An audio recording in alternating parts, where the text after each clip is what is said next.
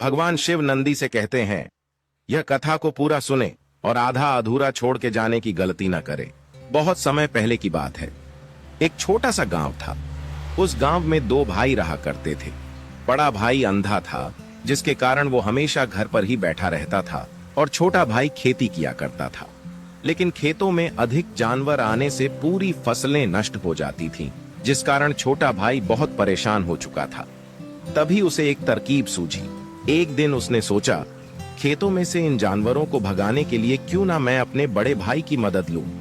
वैसे भी बड़े भैया अंधे, अगर वह खेत में बैठे रहेंगे और जानवरों की आहट आने पर वह उन्हें जोर से चिल्लाकर भगा सकते हैं, जिससे हमारी फसलें बच सकती हैं।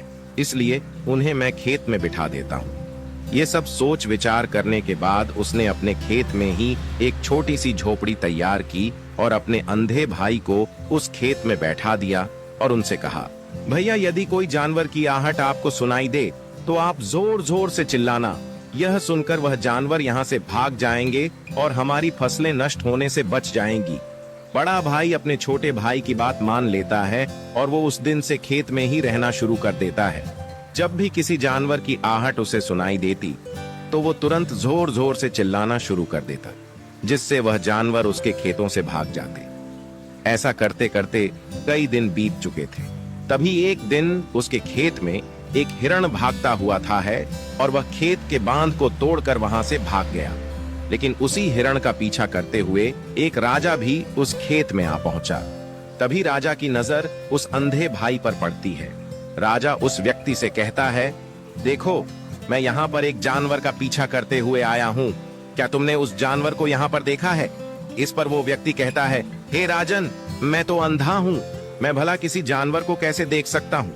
लेकिन मैं आपको इतना जरूर बता सकता हूँ कि जो जानवर मेरे खेतों से होकर भागा है वह आपके लायक नहीं है। आप उसके पीछे अपना समय यूं ही व्यस्त कर रहे हैं। राजा उस अंधे व्यक्ति की बात सुनकर बड़ा अचरज में पड़ गया। वो ये सोचने लगा कि आखिर यह तो अंधा है, फिर इसे कैसे पता कि जिसे हिरण को मैं तलाश रहा हूं वह हिरण मेरे लायक है ही नहीं। यह अंधा व्यक्ति मुझे कैसे बता सकता है? तभी राजा उस अंधे व्यक्ति से कहता है, कहीं तुम मुझसे झूठ तो नहीं कह रहे हैं? एक तरफ तुम ये कहते हो कि तुम अंधे हो और दूसरी तरफ तुम ये भी कह रहे हो कि जो जानवर यहाँ से भागा है वो मेरे लायक नहीं है। इस पर वो अंधा व्यक्ति कहता है, हे राजन, जिसे आप एक हिरण समझ रहे हैं, असल में वह एक हिरण नहीं है, बल्कि एक हिरणी है, और वह भी गर्भवती है। और जहां तक मुझे ज्ञान है, मैंने कभी किसी राजा को किसी गर्भवती हिरणी का शिकार करते हुए नहीं सुना है, और इसी कारण मैं आपसे ये कह रहा हूं कि वो आपके लायक नहीं है। आप उसके पीछे अपना समय व्यर्थ न करें। यह सुनकर राजा और भी अचरज में पड़ गया। वो ये सोचने लगा कि आखिर ये अंधा आदमी यह कैसे जान सकता है कि वो हिरणी है और गर्भवती है। राजा कुछ देर सोच विचार करने के बाद अपने सेनापति से कहता है, सेनापति जी, मुझे वो जानवर जिंदा चाहिए, क्योंकि मुझे यह पता करना है क्या वो हिरणी है और क्या वह गर्भवती है, क्योंकि यह अंधा आदमी बहुत विश्वास के साथ कह रहा है और मुझे इस बात की पुष्टि करनी है। यदि वह हिरणी हुई और गर्भवती हुई तो वह हमारे शिकार के लायक नहीं है, क्योंकि हम तो एक हिरण का पीछा कर रहे थे। इसलिए जाओ और पता करो कि क्या वो हिरणी है। सेनापति राजा से आज्ञा लेकर आगे की ओर बढ़ चलता है और कुछ देर बाद जब वह वापस लौटकर आता है तो वह राजा को कहता है, हे राजन, इस अंधे आदमी ने जो भी बातें कही हैं वो बिल्कुल सही है। वो एक हिरणी ही है और वह गर्भवती भी है। यह सुनकर राजा आश्चर्यचकित रह गया। उसे समझ नहीं आ रहा था कि आखिर अंधा आदमी कैसे पता कर सकता है कि वह जानवर एक हिरणी है, और तो और वह गर्भवती है। भला एक अंधा आदमी यह कैसे देख सकता है, यह कैसे जान सकता है? आखिर इससे यह कैसे पता चला? ऐसे कई सारे प्रश्न अब राजा के मन में उमड़ने लगे। अब राजा ने यह ठान लिया था कि मुझे इस बात की तह तक पहुंचना ही है कि आखिर ये अंधा आदमी कैसे जानता है कि वह जानवर एक हिरणी है। ये सोचकर राजा उस अंधे आदमी के पास जाता है और उस अंधे आदमी से कहता है, देखो, मैं ये तो नहीं जानता कि तुम सचमुच अंधे हो या नहीं, लेकिन मैं तुमसे एक बात जानने आया हूं। क्या तुम मेरे प्रश्न का सही सही जवाब दोगे? इस पर अंधा व्यक्ति कहता है, हे राजन, आप जो कुछ पूछना चाहते हैं मुझसे पूछ सकते हैं, मैं आपको बिल्कुल सच सच जवाब दूंगा। इस पर राजा कहता है, देखो, एक तो तुम कहते हो कि तुम अंधे हो और दूसरी तरफ तुमने यह बता दिया कि जिस जानवर का पीछा मैं कर रहा हूँ वह एक हिरणी है, और तो और वह गर्भवती भी है। आखिर तुम्हें यह कैसे पता चला? तुम्हारे खेत में और भी तो जानवर आते होंगे, और भी तो जानवर यहाँ से गुजरते होंगे, फिर तुमने यह कैसे अंदाजा लगाया? तभी वह अंधा व्यक्ति राजा से कहता है, हे राजन, आप जिस हिरनी का पीछा कर रहे थे वही हिरनी जब मेरे खेत में आई, उसकी रफ्तार और उसके भागने की आहट से मुझे यह एहसास हो चुका था कि यह एक हिरनी है, और मेरे खेत की जो बांध है वह बहुत छोटी है, उसकी ऊंचाई ज्यादा नहीं है। यदि कोई हिरण होता तो उस बांध को बड़ी आसानी से लांघ जाता, लेकिन वह हिरनी इस बांध को तोड़कर भागी है, और यदि वह इस बांध को छलांग लगाकर पार करने का प्रयास करती तो इससे उसके बच्चे को खतरा होता, और इसी बात से मैंने ये पता लगा लिया कि वह गर्भवती है। इस कारण वह ज्यादा ऊंची छलांग लगाकर मेरे खेत की बांध को तोड़ते हुए भाग गए। इस पर राजा के मन में एक और प्रश्न उठा। राजा ने कहा, किंतु तुम्हें कैसे पता चला कि वह एक हिरनी ही है? और भी तो कोई जानवर यहाँ पर आ सकते हैं। इस पर वह अंधा व्यक्ति कहता है, हे राजन, मैं पूरा दिन सुबह शाम यहीं पर बैठा रहता हूँ और मेरी सुनने की शक्ति बहुत तेज है। मैं ये बाप जाता हूँ कि कौन सा जानवर मेरे खेत में आया है, और उसी के आधार पर मैं जोर जोर से चिल्लाता हूँ ताकि वो मेरे खेत से भाग जाए और मेरे खेत की फसलों को नष्ट ना कर पाए। राजा उस अंधे आदमी का यह जवाब सुनकर पूरी तरह से संतुष्ट हो चुका था। वह मन ही मन यह सोच रहा था कि आदमी भले ही अंधा हो, लेकिन यह तो बड़ा ज्ञानी मालूम पड़ता है। इस आदमी से कुछ ना कुछ तो काम निकलवाना ही चाहिए। यह विचार लिए हुए राजा वहां से वापस अपने महल की ओर लौट जाता है। राजमहल पहुंचते ही राजा उस अंधे व्यक्ति से कहता है, आप तो बड़े ज्ञानी व्यक्ति हैं, आपको किसी भी बात का पता बड़ी आसानी से चल जाता है। आज मैंने आपको यहाँ पर इसलिए बुलाया है क्योंकि मैं आपसे ये जानना चाहता हूँ कि मेरी पत्नी पतिव्रता है या नहीं। इस पर वो अंधा व्यक्ति कहता है, हे राजन, यह कैसा प्रश्न हुआ? इस पर राजा कहता है, मैंने आपसे बिल्कुल उचित प्रश्न किया है, मुझे इस प्रश्न का उत्तर दीजिए। इस पर वो अंधा व्यक्ति कहता है, हे राजन, ये सारी बातें जाने दीजिए, आपकी शादी को इतने साल बीत चुके हैं और अब आप ये बात क्यों जानना चाहते हैं? आपके मन में ऐसे प्रश्न क्यों उठ रहे हैं? इस पर राजा जिद करते हुए कहता है, देखिए, आपको मुझे इस प्रश्न का उत्तर तो देना ही होगा। यदि आप मुझे इस प्रश्न का उत्तर नहीं देंगे तो मैं आपको मृत्यु दंड दे दूंगा। राजा के मुख से यह बात सुनकर वह अंधा व्यक्ति कहता है, हे राजन, यदि आप इस प्रश्न का उत्तर चाहते हैं तो उसके लिए आपको मेरा एक काम करना होगा। राजा कहता है, बोलो, मुझे क्या काम करना होगा? इस पर व्यक्ति कहता है, इसके लिए आपकी पत्नी को मेरे साथ कमरे में अकेले छोड़ना होगा। उस अंधे व्यक्ति की यह बात सुनकर राजा पहले तो क्रोधित हो जाता है, लेकिन फिर कुछ सोच विचार करने के बाद वह उस व्यक्ति की बात मान लेता है और अपने सेनापति को आदेश देता है, सेनापति जी, इस व्यक्ति को और मेरी पत्नी को एक कमरे में कुछ देर के लिए अकेला छोड़ दें। सेनापति बिल्कुल वैसा ही करता है।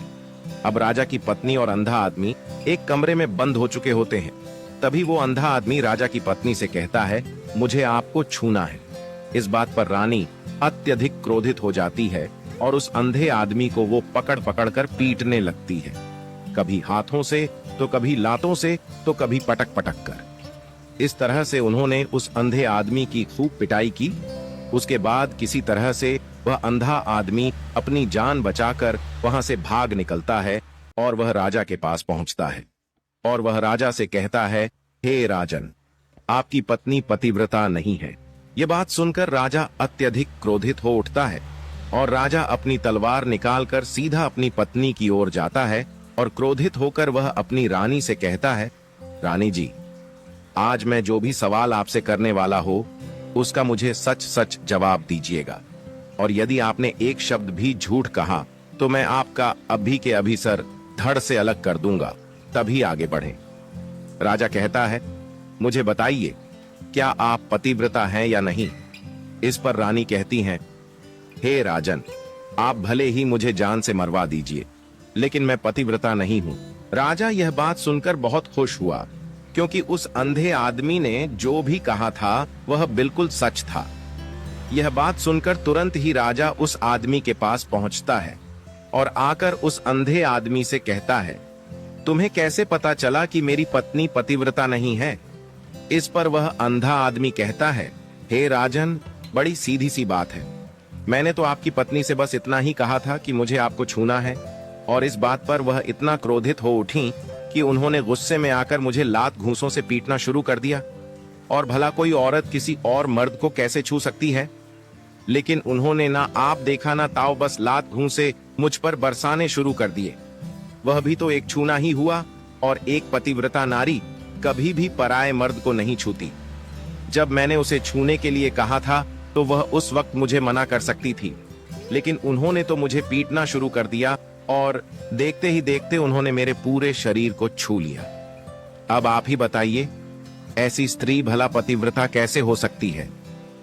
इस पर राजा कहता है, तुम तो बड़े ज्ञानी मालूम पड़ते हो। अच्छा ठीक है, चलो तुम मेरे एक प्रश्न का और जवाब दो। यदि तुमने मुझे इस प्रश्न का सही सही जवाब दे दिया तो मैं तुम्हें यहां से जाने दूंगा। आगे राजा उस अंधे आदमी से कहता है कि तुम मुझे यह बताओ, क्या मैं सच में अपने पिताजी का ही बेटा हूं या फिर किसी और का? इस पर वह अंधा भी कहता है, हे राजन, इस बात से आपका क्या लेना देना? आप किसी की भी औलाद हों, आखिर आप हैं तो इस राज्य के राजा, इसलिए इस प्रश्न को जाने दीजिए। लेकिन राजा कहता है, नहीं नहीं, मुझे इस प्रश्न का सही सही जवाब चाहिए, अन्यथा यह प्रश्न मुझे हमेशा परेशान करता रहेगा। इसलिए मैं इसका सही सही जवाब जानना चाहता। यदि तुम इसका सही सही जवाब दे देते हो तो तुम यहां से जा सकते हो, मैं तुम्हें नहीं रोकूंगा। इस पर वह अंधा आदमी कहता है, हे राजन, इसके लिए तो मुझे आपके मां के पास भी जाने की कोई आवश्यकता नहीं है। मैं आपको अभी अभी यह बता सकता हूं कि आप किसकी औलाद हैं, लेकिन उससे पहले मैं चाहता हूं कि आप मुझसे एक वादा करें कि आप मुझ पर क्रोध नहीं करेंगे। राजन ने कहा, मैं तुमसे वादा करता हूं, मैं तुम पर क्रोध नहीं करूंगा। इसके बाद वह अंधा आदमी राजा से कहता है, हे राजन, आप हैं तो अपने ही पिता के पुत्र, लेकिन आप पर एक कंजूस सेठ की छाया पड़ी हुई है। यह सुन राजा बहुत क्रोधित हो उठा और वह तुरंत तलवार निकालकर अपनी मां के पास जा पहुंचा। वह वहां पर पहुंचने के बाद अपनी मां से कहता है, मां, मुझे सच सच बताइए, क्या मैं अपने ही पिता का पुत्र हूं या नहीं? यदि आपने मुझे सही सही नहीं बताया तो वह यहीं पर अपने प्राण त्याग दूंगा। मुझे बताओ, क्या सच है? इस पर उस राजा की मां कहती, बेटा, तू है तो अपने ही पिता का पुत्र, लेकिन तुम्हारे ऊपर एक कंजूस सेठ की छाया पड़ी हुई है।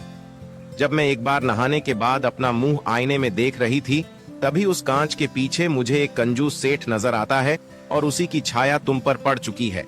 ये सुन राजा बहुत खुश हो जाता है और वह तुरंत दौड़ा दौड़ा वापस उस अंधे आदमी के पास पहुंचता है और उस अंधे आदमी से कहता है, तुम्हें यह कैसे पता चला कि मुझ पर एक कंजूस सेठ की छाया पड़ी हुई है?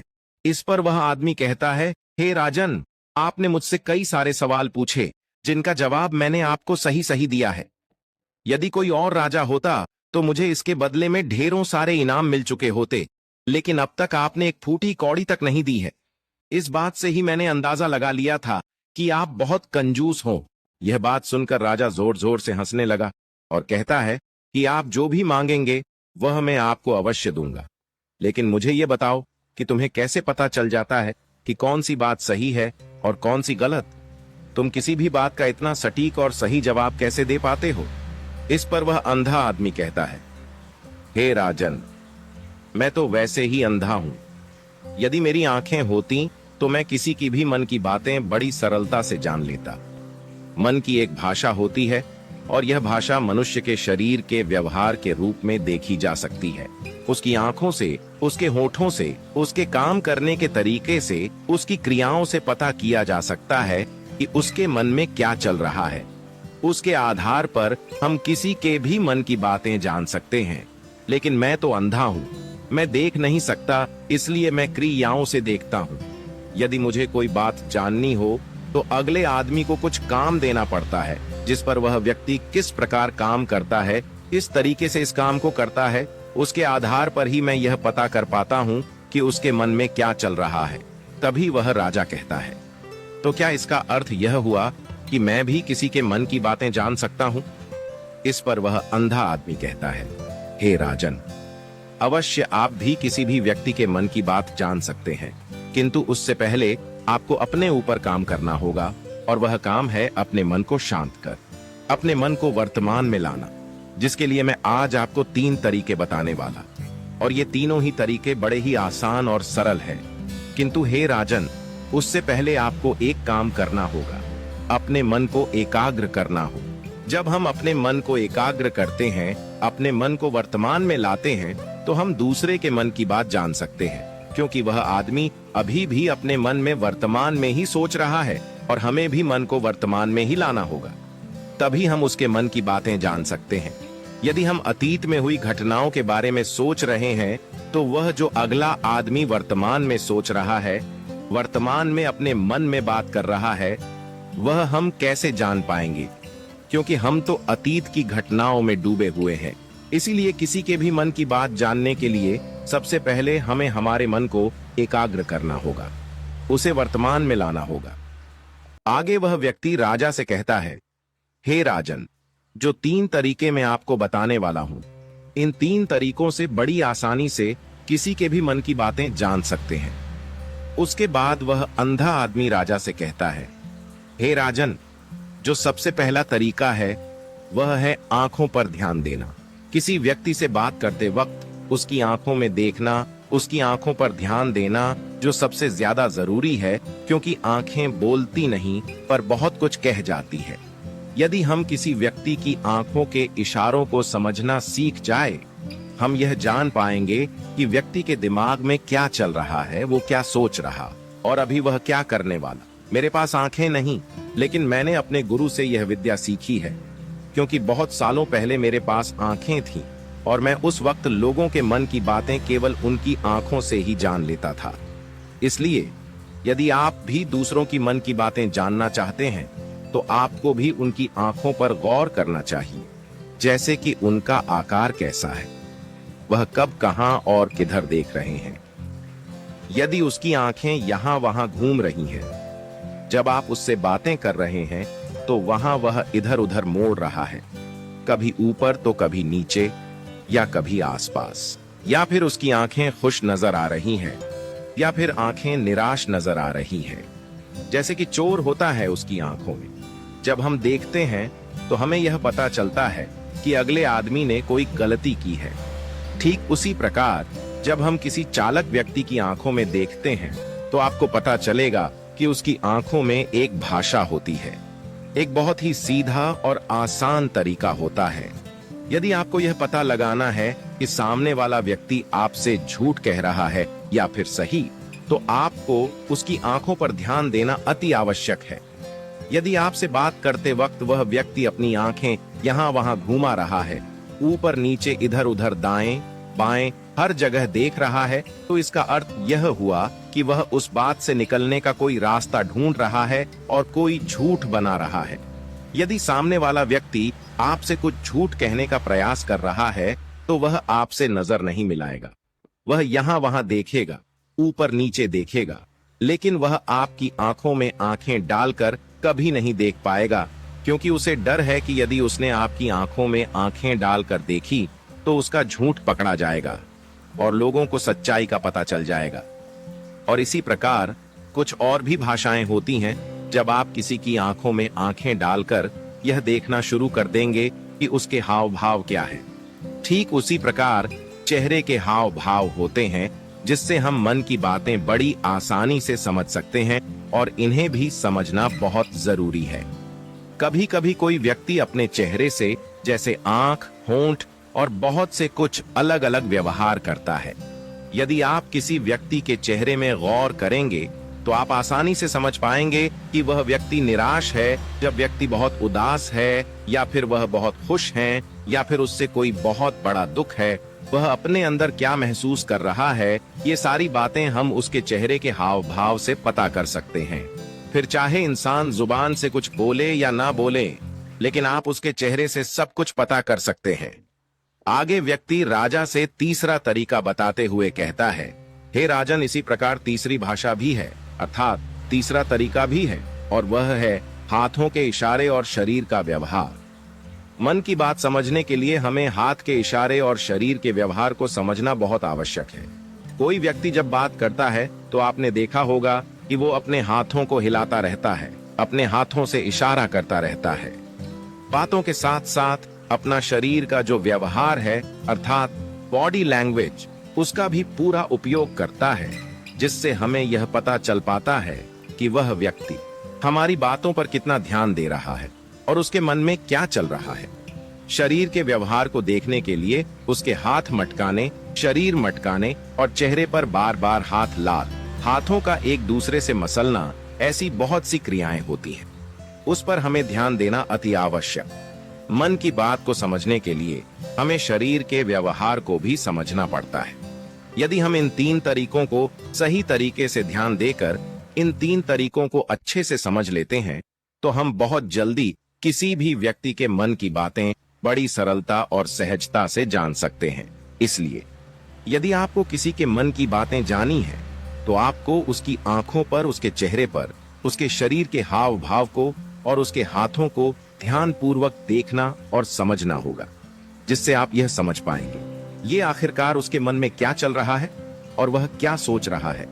लेकिन उनसे पहले आपको अपने मन को एकाग्र करना होगा, शांत करना होगा और अपने मन को वर्तमान में लाना होगा। तभी आप उस व्यक्ति की इन सभी क्रियाओं पर ध्यान दे पाएंगे, उन्हें समझ पाएंगे। अन्यथा आप यदि अतीत की घटनाओं में व्यस्त हैं, भविष्य की योजनाओं में व्यस्त हैं, तो आप उस व्यक्ति के हाव भाव पर कभी ध्यान ही नहीं पाएंगे और ना ही आप कभी यह समझ पाएंगे कि आखिर उस व्यक्ति के मन में क्या चल रहा है, वह क्या सोच रहा है। आपने देखा होगा कि ऐसे कई बड़े संत महात्मा हैं जो बड़ी ही शांति से आपको देखते हैं और आपको देखकर ही यह बता देते हैं कि आपके मन में क्या चल रहा है, आप उनसे क्या जानने आए हैं। और इसका सबसे बड़ा प्रमुख कारण यही है कि वह आपको पढ़ सकते हैं, आपको समझ सकते हैं, आपकी मन की बातें जान सकते हैं, क्योंकि उनका मन एकाग्र है, शांत है, और यही कारण है कि वह आपके मन की बातें बड़ी सरलता से समझ जाते हैं। भाग्य को कोसने वाले लोग इस कहानी को जरूर सुने। एक बार एक इंसान अपनी जिंदगी से बहुत परेशान था। वह हर समय अपने आप को कोसता रहता था कि क्या जिंदगी मिली है, मुझे क्या जीवन है, हर परेशानी मेरे साथ ही है, हर दुख मुझे ही आकर घरता है, हर झंझट मेरे ही सर पड़ती है। एक दिन इसी तरह अपने आप को बैठा हुआ कोस रहा था कि क्या नसीब है मेरा, क्यों किस्मत है मेरी, क्या जिंदगी है मेरी, कि तभी अचानक एक बाज अपने शिकार को पंजों में दबाए हुए एक पेड़ पर आकर बैठ जाता है और वहीं पर अपने उस शिकार को खाने लग जाता है। यह परेशान आदमी जब उस बाज को देखता है तो कहने लगता है कि क्या जिंदगी है इसकी, क्या जीवन जी रहा है मजे का, ना इसे खाने की चिंता, ना पीने की, ना पहनने की, और ना ही परिवार की शिकार करता है, और मस्त खुली हवाओं में कभी इधर घूमता है, कभी उधर घूमता है, सारे दिन आसमान में उड़ता रहता है। असल जिंदगी तो यही है, जीवन तो यह जी रहा है। और फिर वह आसमान की तरफ देखकर जोर जोर से चिल्लाता है कि काश मैं भी एक बाज होता तो मुझे भी कोई दुख ना होता, मुझे भी कोई परेशानी ना होती, काश मैं भी एक बाज होता।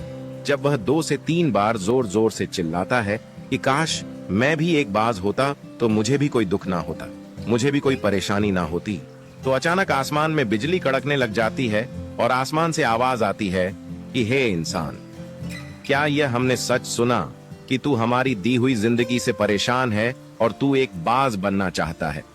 तो इस आकाशवाणी को सुनकर यह इंसान हैरान रह जाता है और आसमान की तरफ देखकर कहता है कि हाँ, मैं सच में अपनी इस जिंदगी से बहुत परेशान हूं, क्योंकि हर परेशानी मेरे साथ ही है, हर दुख मुझे ही है, हर तकलीफ मेरे ही साथ है। तो आसमान से फिर आवाज आती है कि हे इंसान, एक बार फिर सोच ले, हमने तुझे बड़ी प्यारी जिंदगी दी है, लेकिन अगर फिर भी तू चाहता है कि हम तुझे बाज बना दें तो हम तुझे बाज बना देंगे। लेकिन अगर एक बार हमने तुझे बाज बना दिया तो फिर हम तुझे बाज से इंसान दोबारा नहीं बनाएंगे। तो यह आदमी तुरंत जवाब देता है कि मैंने अच्छी तरह से सोच लिया है कि मुझे बाज ही बनना है, और एक बार बाज बनने के बाद मैं दोबारा कभी नहीं कहूंगा कि मुझे इंसान बनना है। तभी ऊपर से आवाज आती है कि जैसे तुम्हारी इच्छा, और वह इंसान बाज बन जाता है। बाज बनते ही वह इंसान खुली हवाओं में उड़ने लगता है। कभी उड़ता हुआ इधर चला जाता है, कभी उड़ता हुआ उधर चला जाता है, और सोचता है क्या मजे की जिंदगी है। असल जिंदगी तो यही है ना, कोई चिंता ना कोई परेशानी ना कोई डर। वह सारा दिन ऊंचे आसमान में उड़ता रहता है, 2-3 मिनट पंख मारता है, उसके बाद पंख मारना बंद कर देता है और लंबे समय तक हवाओं में तैरता रहता है। इसी तरह हवाओं में तैरते हुए शाम का समय नजदीक आ जाता है तो वह सोचता है कि मेरे पास रहने का एक ठिकाना भी होना चाहिए, मेरा अपना एक घर होना चाहिए जहां मैं रात में आराम कर सकूं। तो यह सोचकर वह छोटी छोटी लकड़ियां इकट्ठा करने लग जाता है और एक ऊंचे पेड़ पर अपना घोंसला बनाने लग जाता है। एक एक लकड़ियां इकट्ठा करके वह अपने लिए एक सुंदर सा घोंसला तैयार कर लेता है और रात में उसी में सो जाता है और सोचता है सुबह उठकर शिकार भी करूंगा, और सुबह उठकर फिर से मौज मस्ती भी करेंगे, खुली हवाओं में उड़ेंगे। सुबह होते ही वह शिकार की तलाश में निकल पड़ता है। हवाओं